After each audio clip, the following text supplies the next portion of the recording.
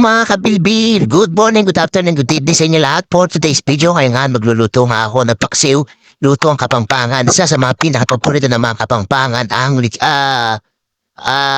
isdang paksiw. Ito guys, siyempre nilagay ko na tong luya. At siyempre nilagay ko na rin yung sili. Siyempre bago lahat, nilagay mo lahat ng mga ingredients yan. Nakalagay yung sibuyas. Siyempre sibuyas, di mawala ang sibuyas, pampalasa.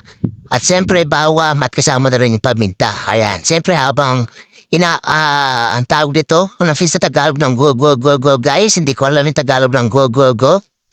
Ayun, basta Yun, siguro mga after 3 minutes or 2 minutes, medyo hintay natin ng konti.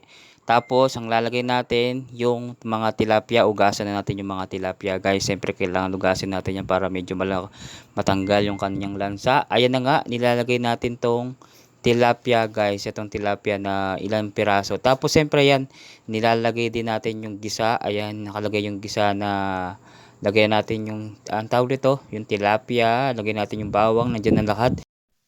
at siyempre, lahat ng mga nilagay ko dyan is pampalasa, lalo na especially sa mga paksiw, di ba? Mga paksi, kailangan kumpleto yung ingredients mo dyan. Nakalagay yung luya, nakalagay yung sibuyas, nakalagay yung bawang, at saka, di ba, may suka yan, di ba?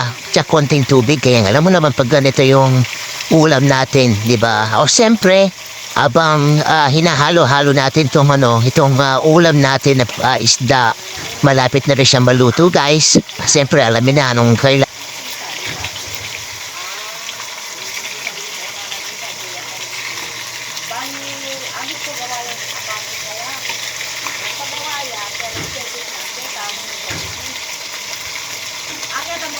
Ayan, narinig din noon ako kumukulo-kulo yung aking nilutong paksiw. At siyempre, ito na nga ang finished product natin. Kailangan natin kumain. Kaya gawin mo na to, napakadali lang to. Kaya malutong Kapampangan po ito guys. Thank you for watching. Thank you, bye!